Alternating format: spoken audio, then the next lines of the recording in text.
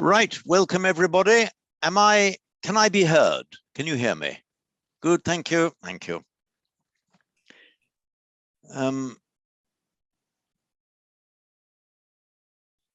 We're back today to Thomas Eginus, lesson 4. Hopefully we'll get through the end of the exercises and then we'll go on to a bit more Devanagari in lesson 5. And what I want to do also, because I've just before we started, I had a conversation with Odin. Odin's the one who puts up the Sanskrit, both in Romanized script and Devanagari, on the mail bot that gets sent out. And there were a couple of bits of difficulty that he was having. And he was attempting to correct it within the Dyslexia Logos pane, which is actually that it's a wonderful tool, but it can be really awkward if you try to correct it within the text pane. So what I'll do, hopefully we'll have a bit of time to do it. It's a wonderful tool. Do get to learn to use it. I'll give you kind of several little gobbets of it. Hopefully you'll find it easy to master Dyslexia Logos. And it's a wonderful toy to play with as well. I mean, for example, you can take your favorite verse in Sanskrit or something and you print it out in beautiful Devanagari and stick it to your fridge. And when your guests say, "Ooh, what does that mean?" Just recite it to them as if you've been reciting it as a nursery rhyme all your life. Damned impressive, apart from being rather useful as well. Another advantage is that of Dyslexia Logos, if you cut and paste out of the Dyslexia Logos screen into a Word document, you can then do everything you can normally do in a Word document. You can alter the font size. You can also alter the typeface. It gives you various different typefaces. Anyway, after that little introduction, back to Thomas Eginus. As usual, I'll repeat, because I think there are a couple of, at least a couple of new people here, possibly, just to give you not so much a warning, but an indication that the system is that I ask people to perform in the sense of just to read out the sentence, do the translation in front of everybody. And I will be, picking on is the right word, I will be inviting people whose faces I can see to do it. If you hide your face, I will take that as an indication that you don't want to be asked. So I do urge you to show your face. I can see several names there that I know have been brave enough in the past to do it. So that's the rule. Then please do show your face. And some people have actually suddenly decided to be brave, and they've done it, and they've discovered it's not so bad after all. Like so much else in life. Hang on, let me get back to the correct view for you all again. Right, so we are on page 39, and we are on sentence C. And the first face, the first screen, top left, is Mariano. And I see that you've changed your screen name to Mariano London rather than Mariano Marcigaglia. Marcigaglia is much more romantic than London. Anyway, up to you. So, sentence C, did you say? Sentence C, the sun does not speak to the horses. Yeah. What do you mean? See, oh, the sun. Okay, that sentence 7C on page 39. Yeah. The sun does not speak to the horses. I need to try and remind myself of sun would be putra, is it? Yes. Yeah, and you can say this sentence firstly without sandhi and then with sandhi. Without Sandhi is the easy one. With Sandhi. With Sandhi is called blimey, you know. That is go blimey, yeah.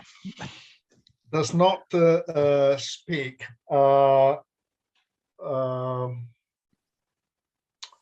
To speak, is it vasati? Is it? Sorry, what did you say? Vasati? Yeah. Ah, no. Vasati means either he dwells or he dresses. Vas, okay. Remember, vesti, vestment, vas, also to dwell. It's vad, with a D. Vuchati, is it? No, vadati. Vadati, okay. It's very easy to remember, actually, because if we take Theravada, vada is the verbal noun from the root vad. So vada means saying or speaking, and by extension, teaching. So the Theravada is what the Theras say, or what the Theras teach, the teaching of the elders. So it's the vadati. It means okay. to say or to speak. It means both. Okay. So it would be putra na vadati, and I suppose it takes the accusative. It does indeed. So it would be the first declension asvaha, so the plural asvahan with the n, asvan. Ashvan, yes. Ashvan. Okay, that is correct. Your word order, yeah. you know Latin. Shift it to a Latin word order. Put the verb at the verb at the end. So, so if we said the putra na, it could become putro, I suppose, depending on the situation. Putro,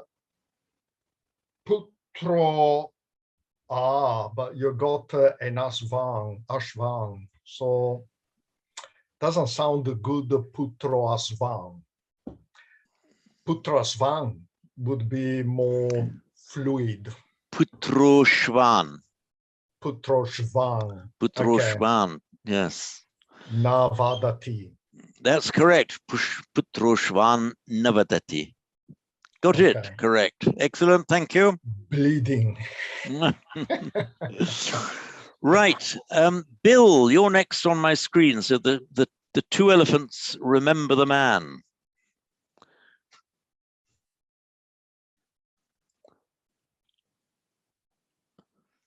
You're still mute, Bill. Hello. There we are. Yeah. Okay. Yeah, we can. So we've yes. got two elephants. So got two elephants. So the two elephants remember. So it's plural. So it's Nara Gajo. Remember the man being Nara. Accusative, naram, and remember, sramati, two elephants. Sorry, what did you say? Sorry, I'll get back to you. I'll be with you 1 second. Right, two elements. You have been with us throughout, Bill. I've been listening most carefully. Okay, so it's. Two elephants remember the man. So it's Gajau Naram Sramataha.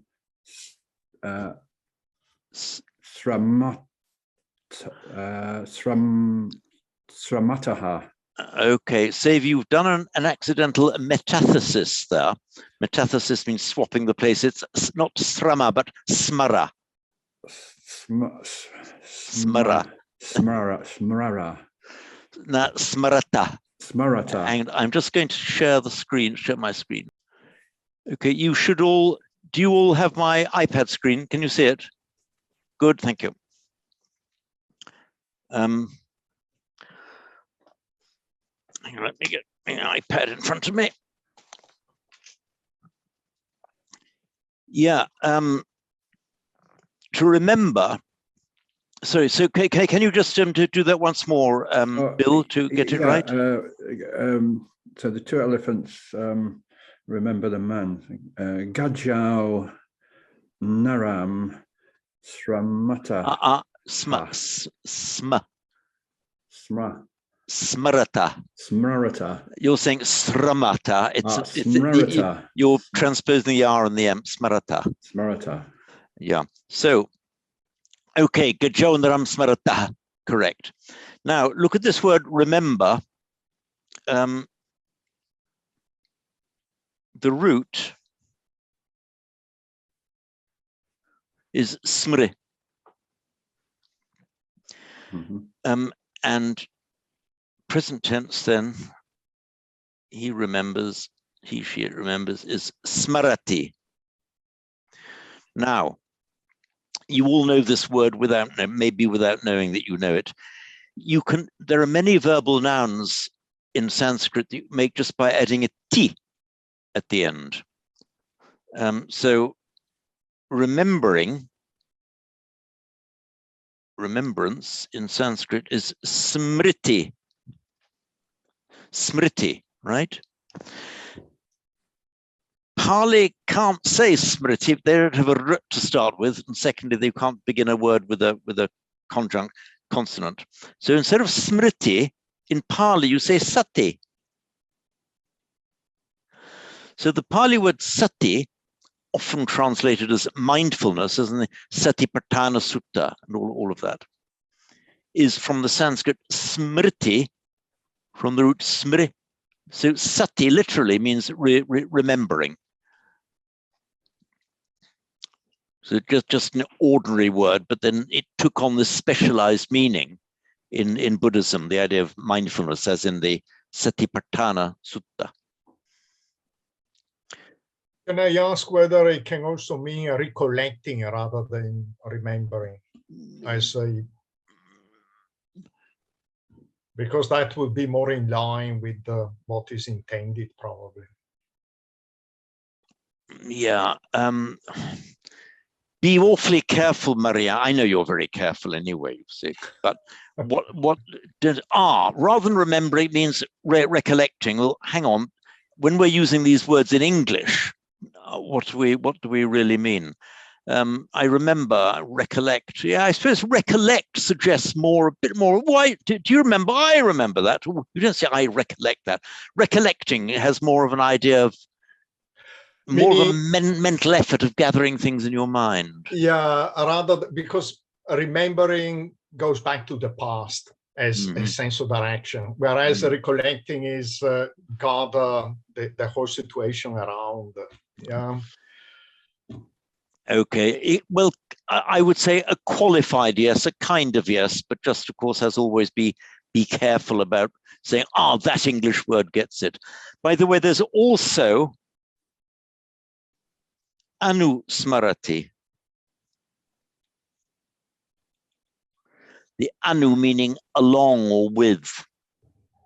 And in Pali, anusarati.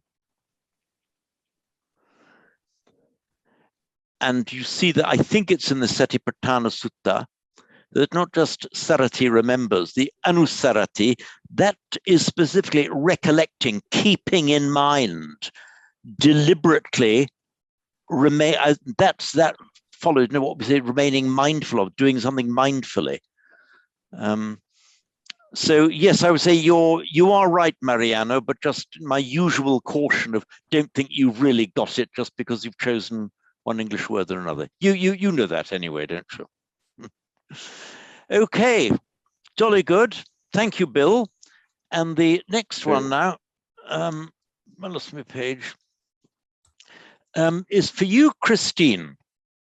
Where do the two deer live? Here we go, unmuted. Jolly good. Out there, see what happens. Right, where do the two deer live? So we've got two. Putra, Murgal, Zava. I'm sorry, say again. Putra, Putra Mrigao is correct. Vazava, no, hold on. They, two, plural, no, they, Dual. dual, Mm-hmm. Kachava, BAH at the end. With a TAH at the end, yes. TAH. But what? Okay. Has something just dawned on you, Christine? There was a gasp of recognition we heard. Well, I have my little charts, I have to say, and I thought I'd do that verb bit properly, starting with third person, second person, first person. And that's what led me. Ah, okay. And dare I say it, in the previous sentence, it was the verb that I got wrong. Not okay, good. The verbs are mostly the trickier ones. Yes, it's yeah, it's the they, not the I. Sorry, yeah, I'm okay. Okay, what root did you use for live here? I live Bazati. I start off with my list of the verbs, and I've got them all in the third person form. Okay, so were you using this one that I'm writing on my screen now, vas? Well, I think it must be, yes. Yeah, okay, fine. Because it sounded, it's almost sounded to me as if you were pronouncing it vasati. It's Right. first of all, it's vasati. Vasati. It's a short vasati.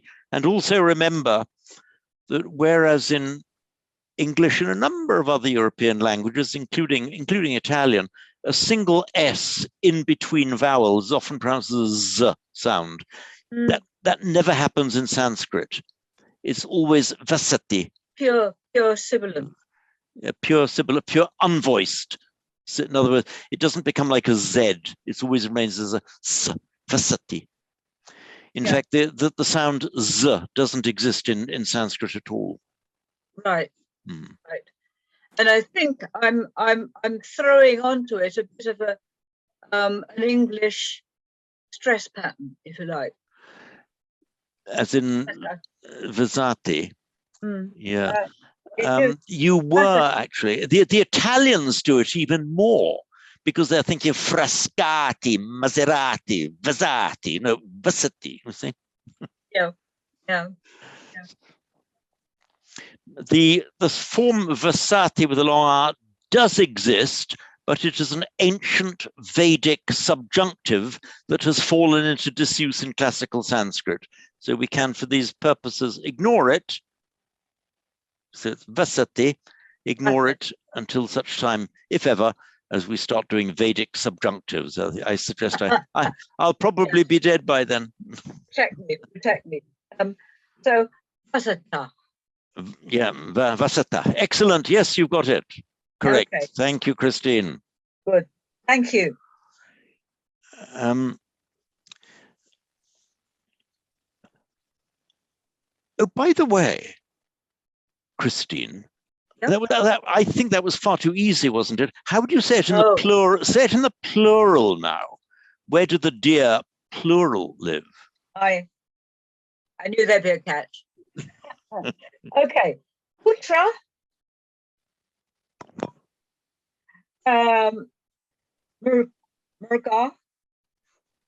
Murga. Yes. Yeah.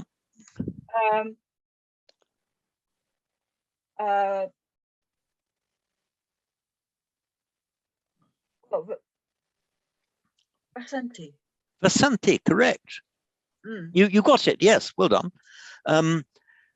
Now, I couldn't quite hear, maybe because of just the slightly distorted sound on the audio system. When you said mriga, did you say it with sandhi or without the sandhi?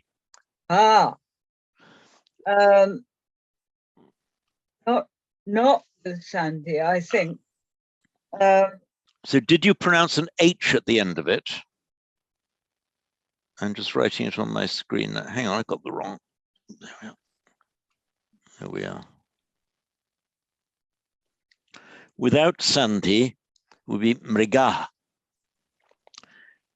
Now, if you want to say the deer live,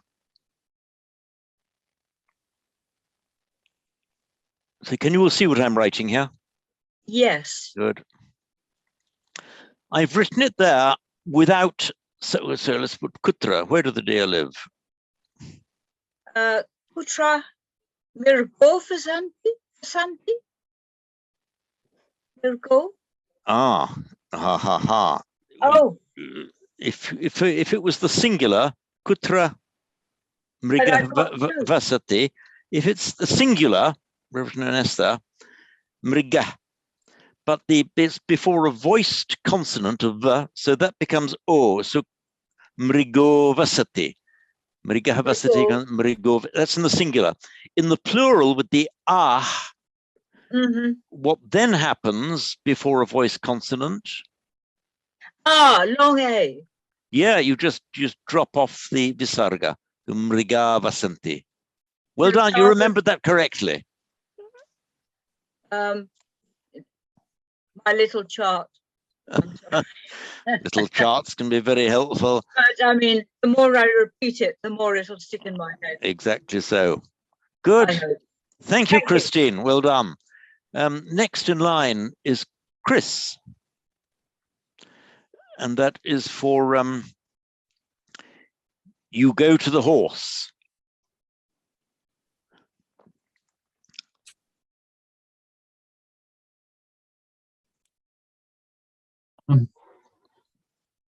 Aswam Gachasi.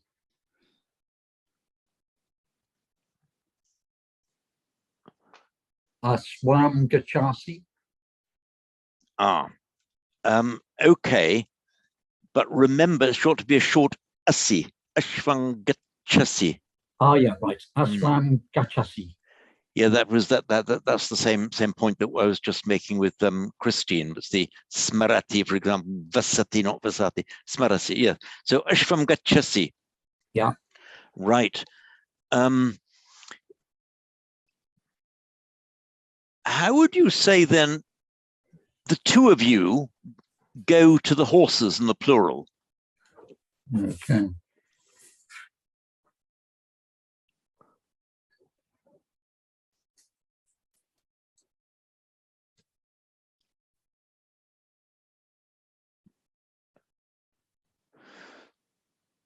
Right. That would be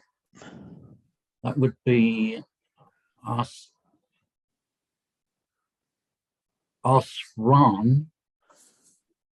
So okay, yes, sorry, yeah, I said plural, didn't I? To the horse. Yes, you're right. Ashvan. Asran. And then that's you. That would then plural you. Oh, so you. Yeah. I'm saying that would be gachata.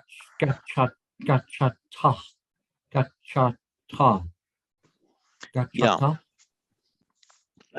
Sorry, I just look up. Yeah, it's sorry, I'm just losing my place here.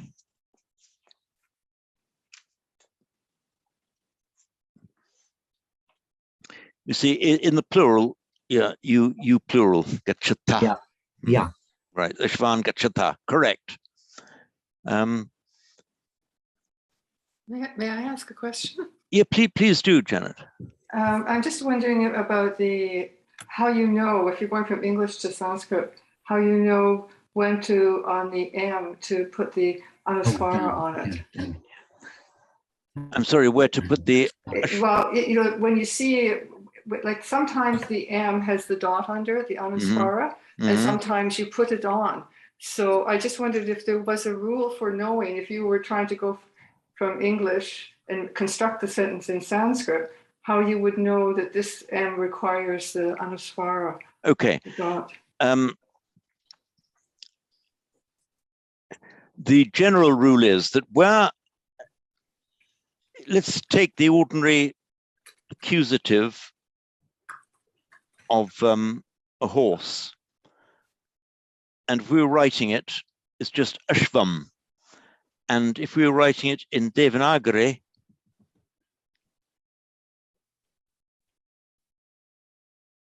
Ashvam. By the way, this thing I've written now is sh plus v. Oh, yeah. Is it shva? So Ashvam at the end. So at the end, if it's on its own, if it stands on its own, the word in isolation, or at the end of a sentence, or the end of a verse, then it will be written with a full M, generally transliterated as a full M and written in the Devanagari script as a full M. Let me write Naram.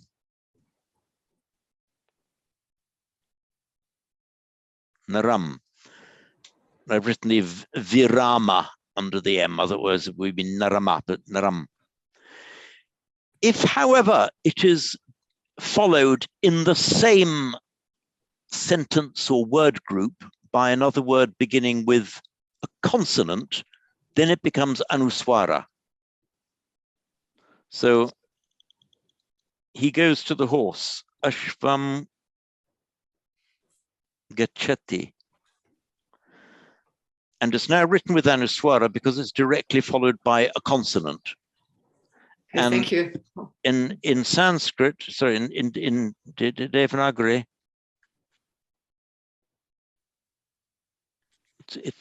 it's the same. Ashvangachati.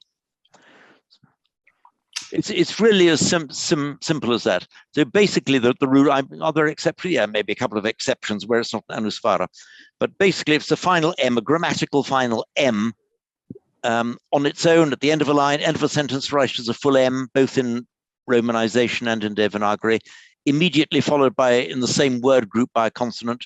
Flip it to an Anusvara. Thank you. Thank you. Right. So now what's happened? Because Janet spoke. I'm still here, James. You're still here. Okay. So what we were saying? What was I asking you to do, Chris? Sorry, the order of people has flipped round. Yeah, you asked me to do to effectively translate you plural go to the horses. Right. Yes. And Ashwan Gashata. Good. Yeah, and of course, looking now at the top of my screen, if it's you two go, you just put the visarga there. Without the visarga, what would it be? If it's Ashwan Gachata with no visarga? Gachata. Yeah. What would that mean?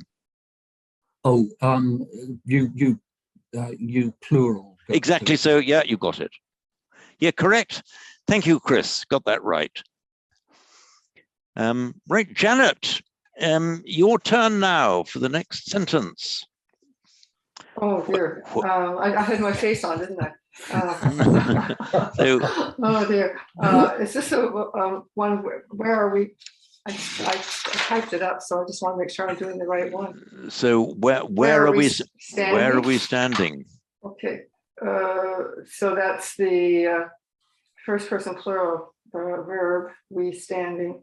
Kutra is indeclinable. So kutra, I can't pronounce this. Tistamaha. Yeah, that was a pretty good try. And there's no Sandy, as I can see, but there may be that I can't see. Sorry, no Sandy in this sentence. No, there's no Sandy. That's correct. There is no Sandy because kutra just ends in a vowel. The next word begins with a consonant, so there's no Sandy. So okay, where are we standing if it just you and one other person? Where are the two of us standing? Okay, so that's the dual form in the first. Yes. In the first person. So that would be kutra again, and then tishta ava, like with no M in there. Yeah. I don't know how to pronounce it. Tista Avaha with a V instead of an M. That's right. Kutra tishtavaha. Where are we standing? Tishtavaha. Kutra tishtavaha.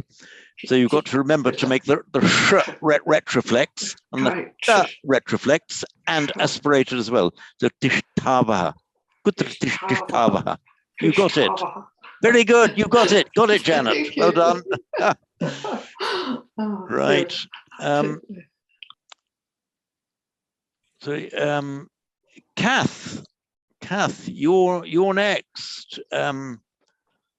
That sentence H, the sun goes to the horses and the elephants. Putra.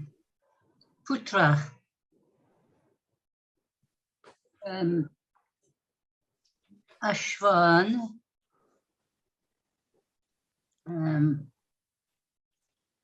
Gajancha. Gachati. Yes, absolutely correct. And now with Sandhi.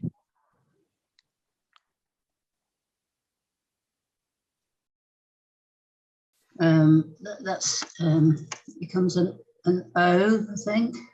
Putro Shwan. Correct. I'm not sure about the next. Before the cha, there's a change, isn't there? Is it Gajashcha? Gajashcha. Okay, so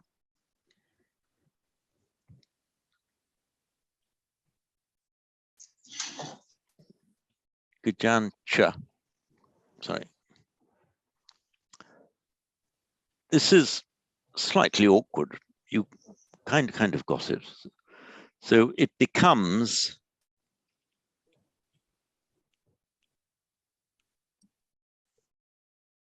Gajashcha. A sh comes in. A s then gets changed to a sh because of the following ch. So it's just this this s drops back in. Mm-hmm. And the reason it drops back in is because in the most primitive forms of the language, the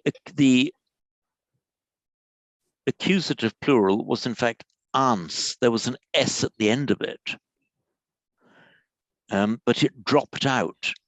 But it comes back in if it's got an excuse, and the excuse is if it's followed by a t or if it's followed by a ch. In which case, sorry, so a shvashcha. I mean, they can be annoying little beasts, can't they? But there it is. You'll get used to it as time goes on. But anyway, you got it right. Putru Ashvan Gajashcha Gachati. Would you like to say it once more, just to satisfy us all that it's really there? Putro Shvan Gajanshcha Gachati. That's correct, yes. I think I heard you say the nasalized Gajanshcha. Did you? Yes. Okay, yeah, I thought it's just that the sound isn't perfect. But yeah, you got that right. So the next one is for your good self, Mahin. Hello, sir. Okay. And that's you're all speaking to the elephant. Elephant, yes. The elephant does not remember. Okay, elephant is in nominative. Gajah, Nasmar is Marati. Gajo Nasmarati. Correct. Gajo Nasmarati. Dead right. Now, how would you say it in the plural? The elephants do not remember. Okay, Gajaha, Gajaha, or Gajah. Mm-hmm. Nasmaranti. Okay, so far so good. Without applying Sandhi. Yes. Now apply the sandhi. Okay, gaja nasmaranti. Correct, correct. That is right. So the long ah, Yeah. followed by voiced consonant. You got that right. Just drop off the Yeah. the gajana smarati. Yes, you got that right. Thank you. So the next in my list is. Sorry, you did sentence J. It was meant to be sentence I. Never mind, Mahin. Never mind. Never mind. We just jumped. So anyway, you sentence J we got right. So sentence I now. Bhante Yushi. If you could be so kind as to give us sentence I in Sanskrit. Yes. Yeah. Do you hear me? Okay. Yes, it's slightly faint, but we can. Yes, I will try. You are speaking to the elephant. You are all speaking to the elephant. So just the plural. Yuyam gajang vadata. Yuyam gajam vadata. Right. And Howard, if you wanted to put it in the dual number, the two of you are speaking to the two elephants. Two elephants, okay. Yuyam gajao vadata. Okay, correct. Say that yuyam is plural. Sorry, yuan. Yes, yes, exactly. Right. I mean, as usual, Reverend Yushi Hante has made an effort and made things a little bit more difficult for him by putting in the personal pronoun as well. We haven't got to that yet, but Bhante has. Very good. That is correct. Right.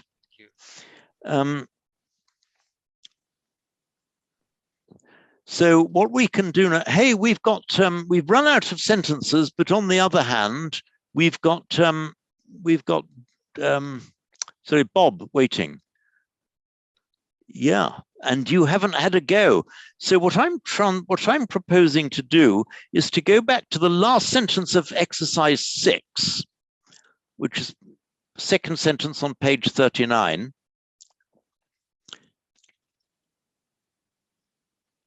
I'm just doing that so everyone has had an equal go. Have you got that there, Bob? Okay, so it's 39J. Is that what yes. This is the one kutra mriga bhavanti. Okay. So it's kutra mrigaha bhavanti. And what does it mean? It means where are the deer? So several deer. Exactly so. Now transpose that into the dual. Where are the two deer? Okay. Kutra mrgao bhavantaha. Sorry, say that again. Kutra mrgao. Oh, that's correct.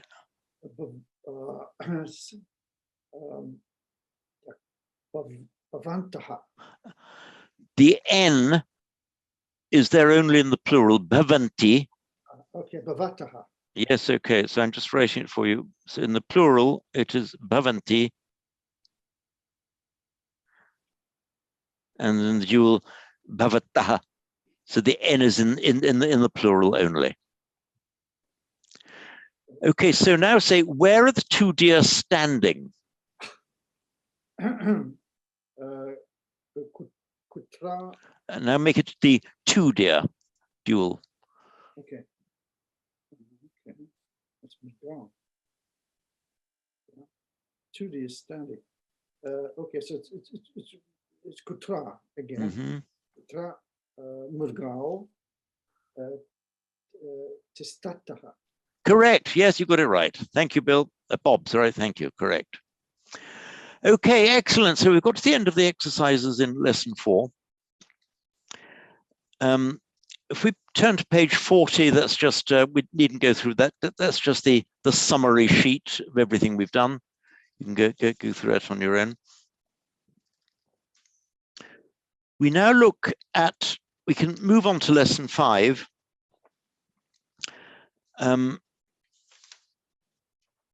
So what I propose to do is just go through the Devanagari and the grammar bits.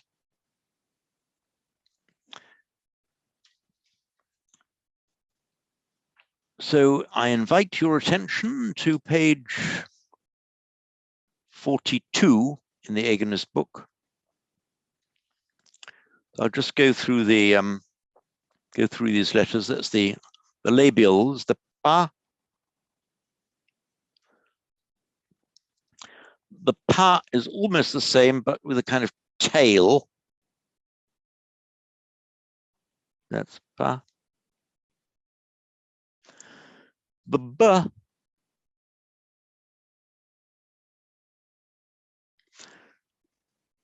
The ba. Remember that the ba is like the va, just with a line through it. So this one is a va, and to make it a b, you just put that line through that. I don't know, what am I going to call it? Blob, that egg-shaped thing. Not sure if they've got a word for it in Sanskrit. Bha.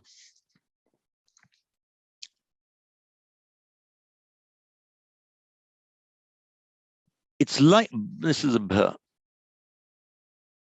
Remember, the bha is like the ma, except that the ma is closed at the top, got a line right across the top, whereas the characteristic of the bha is that it's open, kind of open top.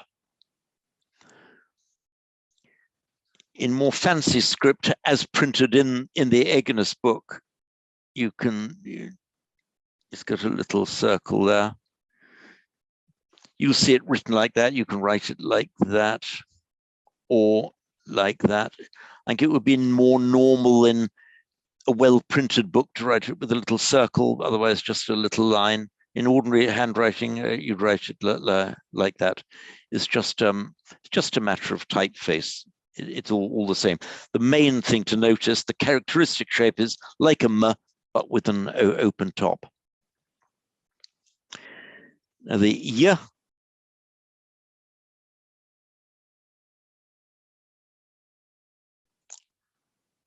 the r, sometimes you can be written like that as 2 lines. Sometimes people write it just like that. It's all the same. R. L, that's ra. The l.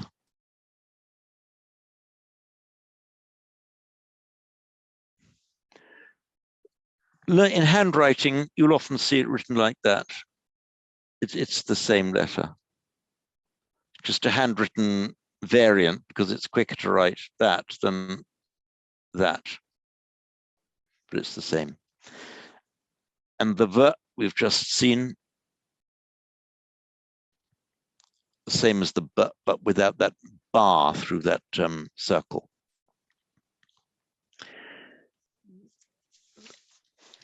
James, could I just Please. ask about the semi-vowels? You can get a long form in the semi-vowels, can you not? In the same sense that you can get long R, E, U, and so forth. Not of a semi-vowel, no. Oh, and this is what it's called semi-vowel. I'm not sure I totally approve of that nomenclature. I mean, they are consonants and they're treated like consonants.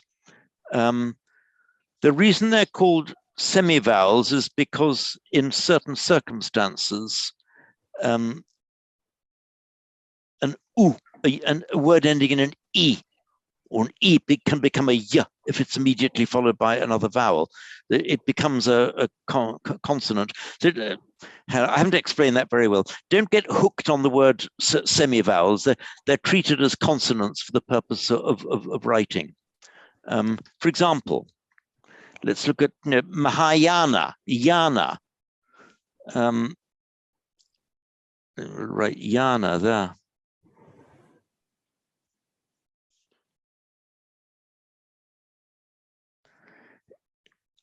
In that place, in that circumstance, it's a consonant, just like any other consonant. Yeah. The reason I ask is that I came unstuck this morning using the Dyslexia Logos tool, trying to type in.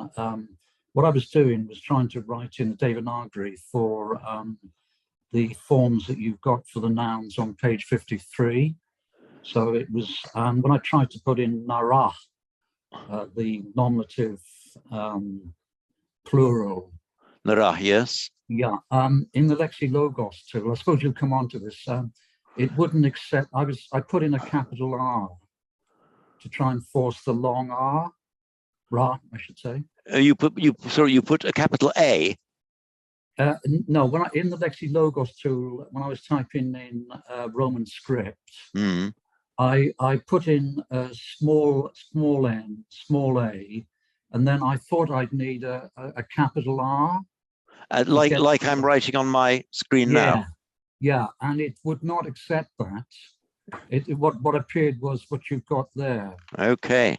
So I got round it eventually, but it then got me to thinking, you know, right. I just need to get a bit of clarity about these long ha, ra, la. Okay. Wa. I got round it, James. What I did was I put in a small r followed by 2 small a's, and then did that work for you? What it did is it produced an extra character, an r, which I then deleted, but it did leave me with a long form of the r, if you follow me. It would, yeah. So what I'm going to do here, let me just so you've got my Dyslexia Logos screen, you can all see.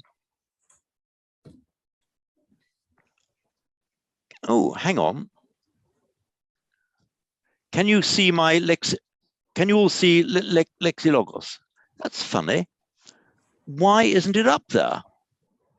Now is it there? Yeah. Okay, right. It should have been there because I simply moved it across to the shared screen.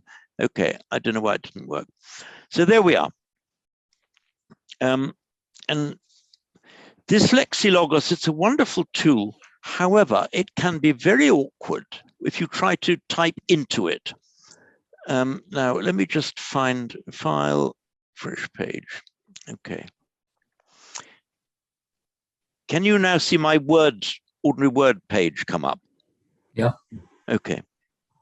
Now, let's try narah.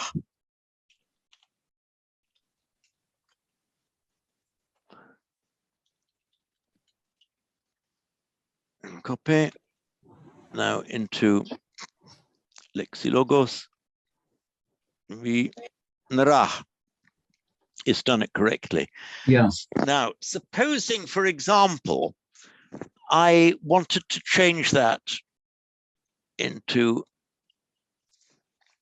and it won't let me, you see, supposing, no.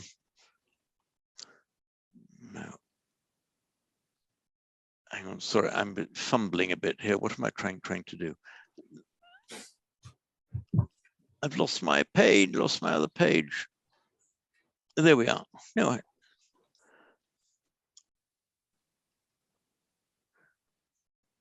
so coming up a new one now. You did something like that, did you? Yeah. Yes, but I typed it in a Roman character at a time. Right. Roman okay. Script at a time. It was happy with the small n, small a, but then I thought I'd need a capital R to force the long R, and it didn't like that.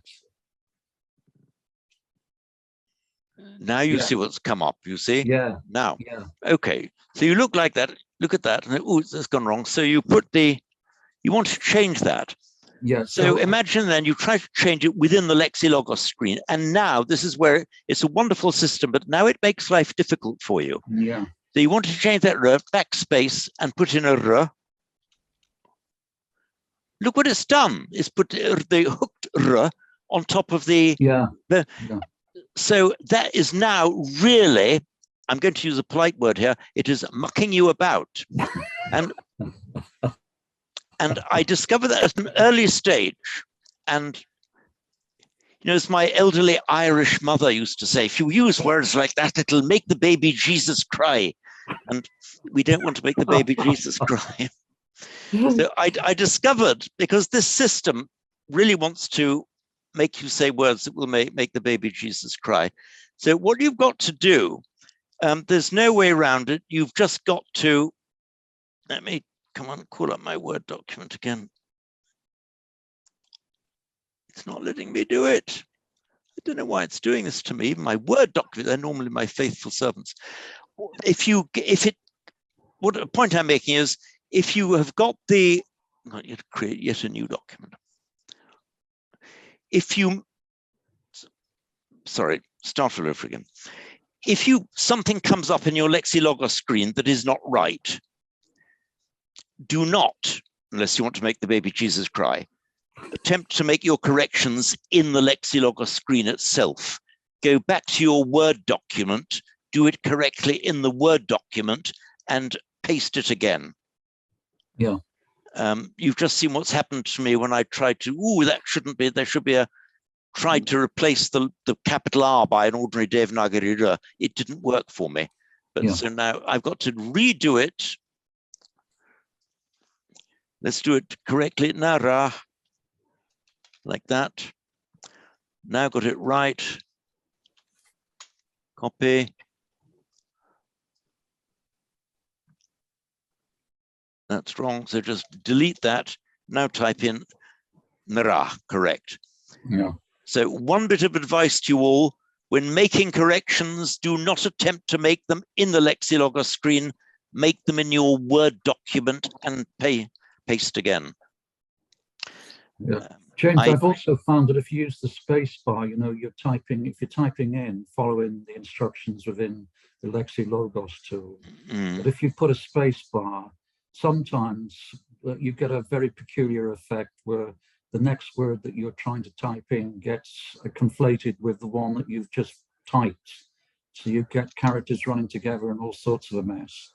Oh. That sort of effect. When you're sort of, with the space bar, you can get some very strange stuff going on. Okay.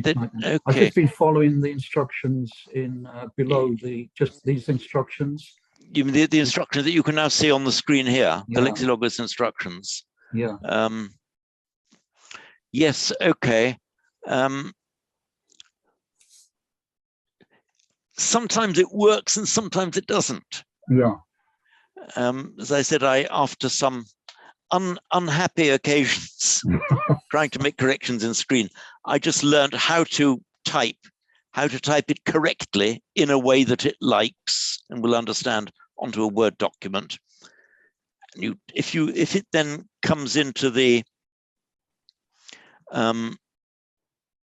if it then comes out wrong on your Lexia Logos screen, see where it's wrong on your Lexia Logos screen, make the correction in your Word document, then repaste, and it should come out right. Yeah. And incidentally, for example,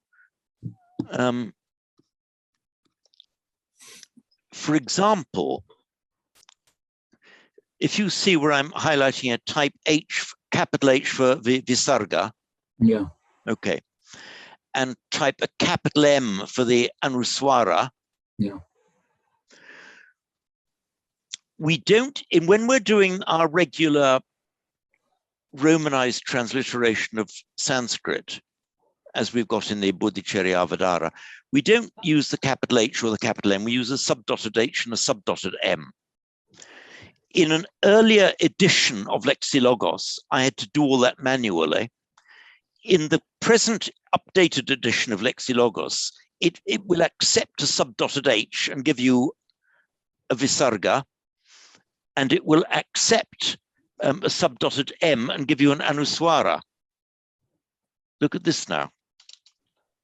I'm going to give you a subdotted H and a subdotted M, which is how we like to do it in our systems of transliteration. Yeah. Now look at that. Naram, copy.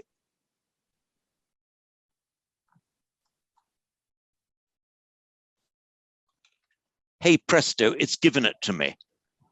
Yeah.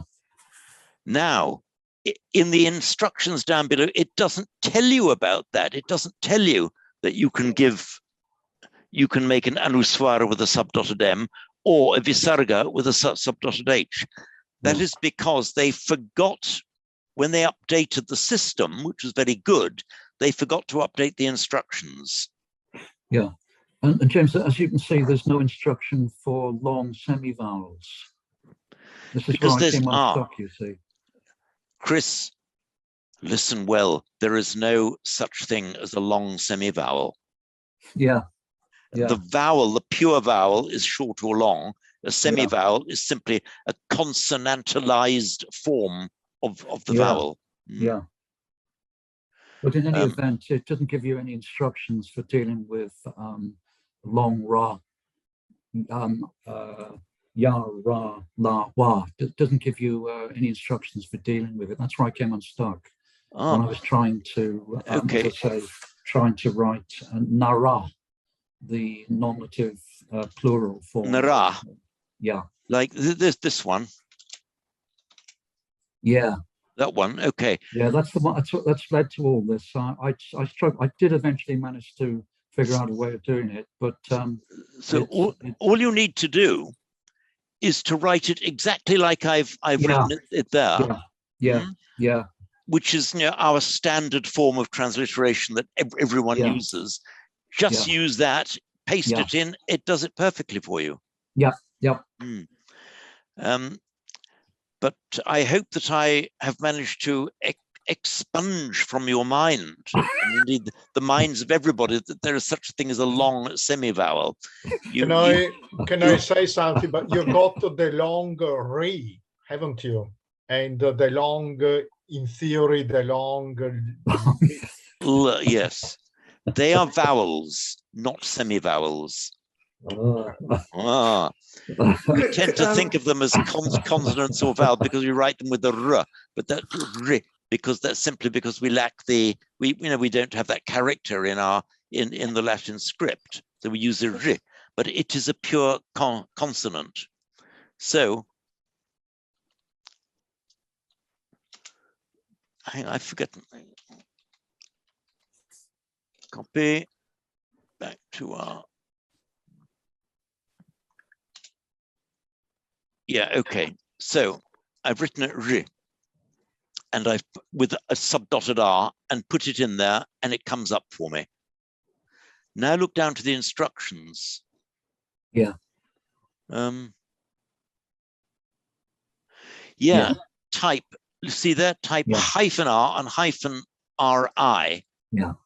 Okay, you can do that, yes, but that's the old instructions before they updated it to accept the subdotted r. So the system accepts the subdotted r, but it just hasn't, somebody forgot to amend the instructions. Right. So in other words, the instructions are for a more primitive, earlier form of it. Right. And if I try to do my,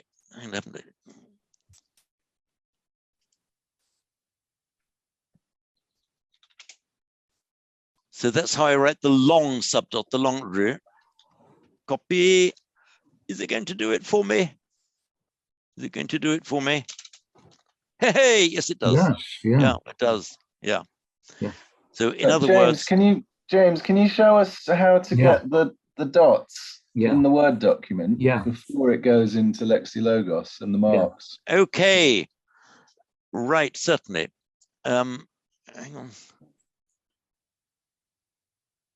You need to set it up. You can't just do it. I mean, it is a replacement pattern. Yeah, it's a replacement pattern. So as I say, I'm not going to type it directly onto the Lexia Logos screen because, as I say, I can send it around in case. I can send it to Odin, and it needs to be set up in Word. Okay, let's write this in Pali.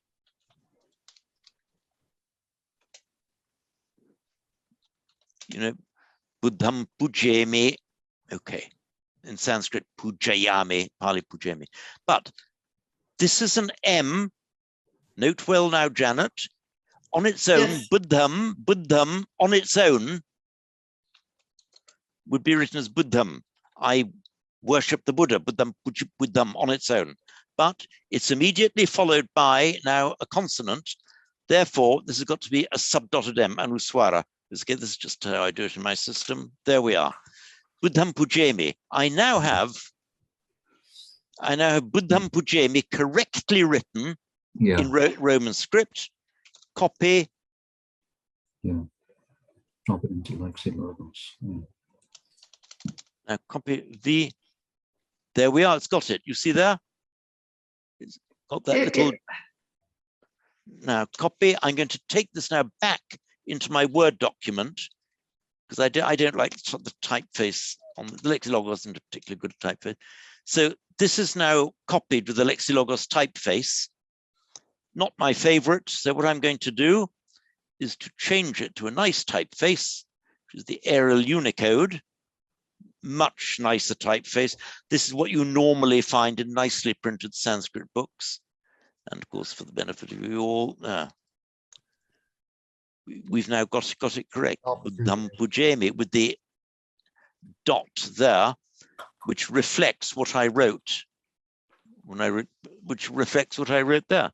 Buddham Pujemi. So it's given it to me correctly.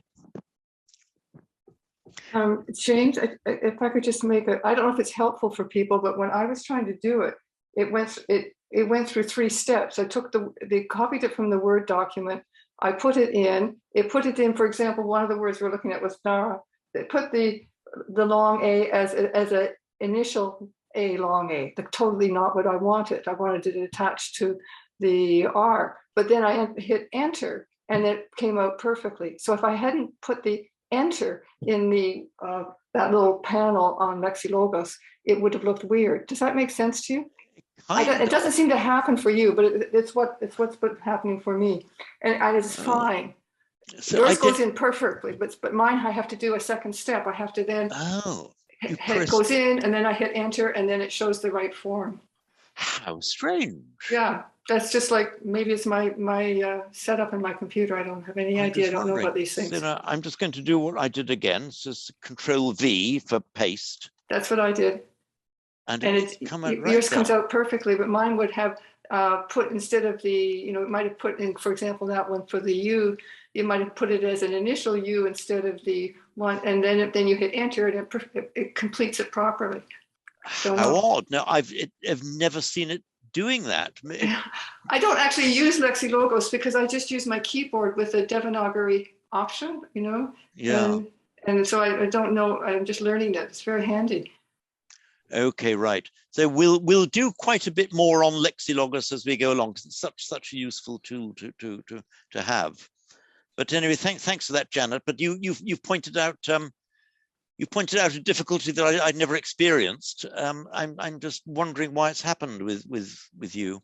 I don't know, but it's probably something to do with my settings. I have no idea.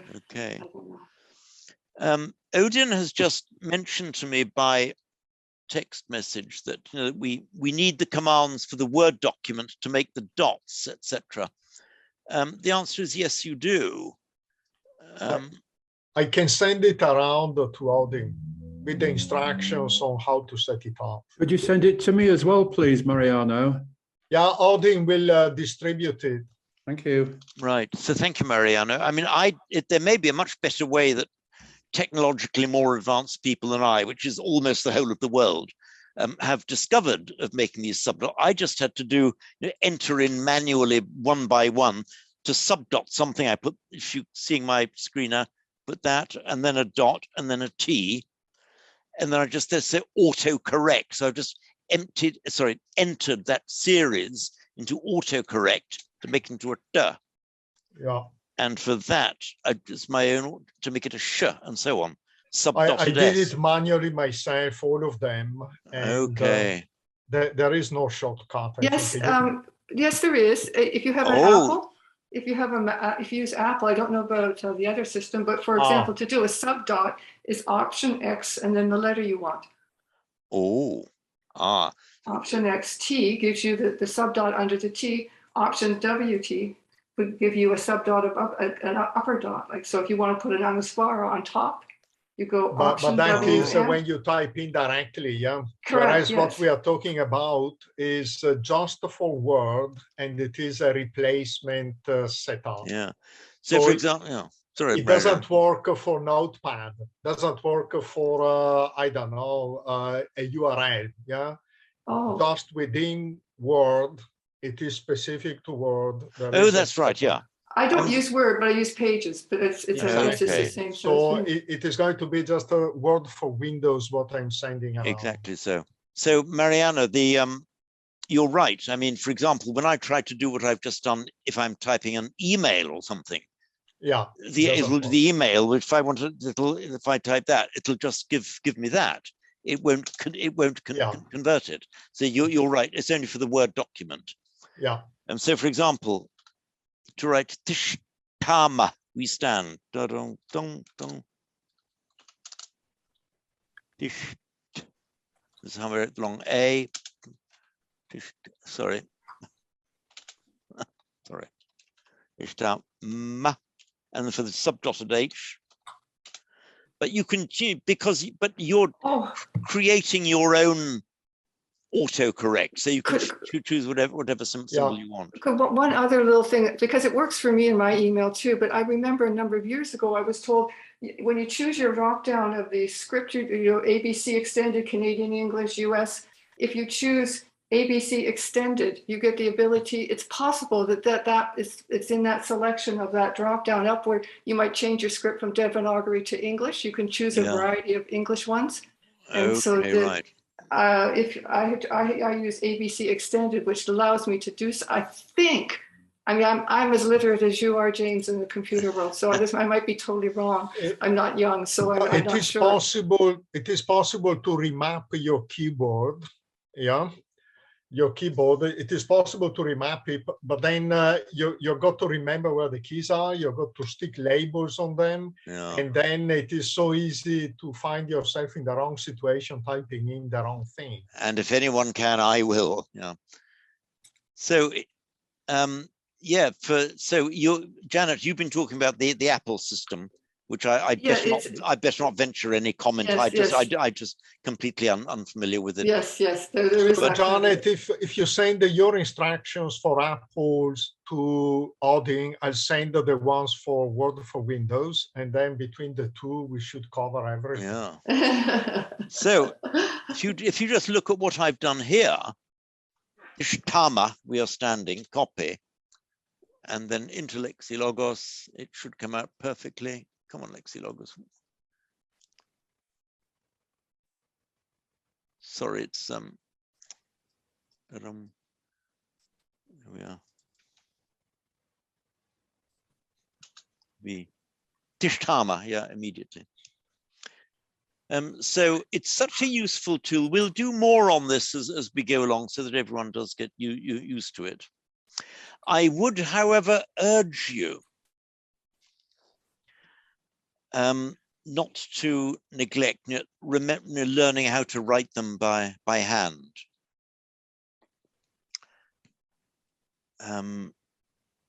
Maybe it's because I'm a little bit old-fashioned, and these youngsters, hey Dad, why do you need to learn it by hand? The machine will do it for you. Yes, the machine will do it for you.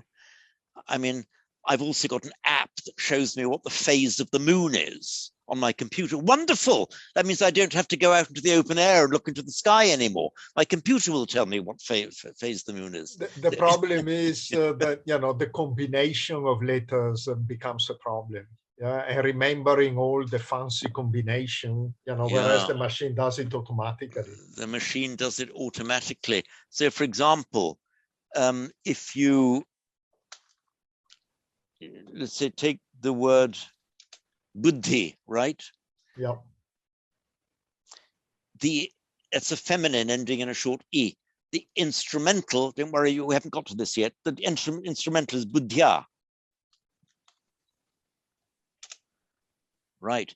How do you make a d plus a d plus a y? You might not remember how to do it. Now, if you can't remember how to do it, you can, quickly transpose it into your there we are. Yeah. Now, if that looks a bit small and not terribly nice, take it back into your Word document, paste. I don't quite approve of what it's done. It's separated. That's naughty. Okay, it sometimes is naughty. I do not approve of it, because you can get a perfectly satisfactory the. It might depend on the font that you're using. If you try the other one that you didn't like. I'm going to, yeah, you've disappointed me, system. Oh, sorry. If you recall, what was the other? Mangal. Hang on, that's odd. Yeah. With it as there we are. Look at are. that. What's that? Nirmala. That's the Nirmala. Nirmala. Yeah. Okay. Typeface. That's done it. So you have to know all these different things. My goodness. That's part of the fun of it. I'll keep that in mind. I'll keep that in mind. So this Buddhya. Okay. So Buddhya. Yeah, I mean, I don't quite like the typeface, but that's how it's done. And in case you feel put off by these complicated squiggles, every individual bit of it, let's enlarge it further. Every individual bit of it is still recognizably there. You can see the D there. Then you can see the DH underneath, and then the Y kind of joined on. So it looks like a hopeless squiggle, but it's all there. But manually, it is very difficult to remember. And also some of them, like Jnya, they've got their own font. Okay, yeah, there are two ligatures, the Jnya and Ksha, that do have their own separate ligatures.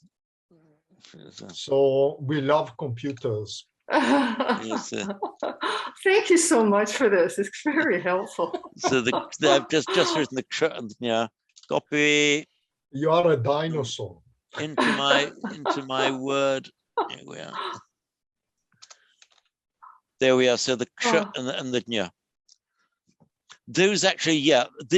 I think, are there any more? I don't think so. Yeah, there are a few more where it's not totally obvious, but it's these two, the Ksha that I'm highlighting, that's the Ksha and the Jnya, where the original shapes are completely lost. And theirs are just fresh shapes. But mostly you can still just about detect the old shapes there.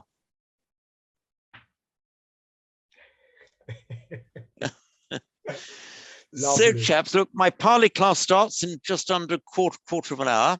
Oh. All right, I will love you and leave you. Thank you very much. Thank you so much. And see hopefully all of you next week.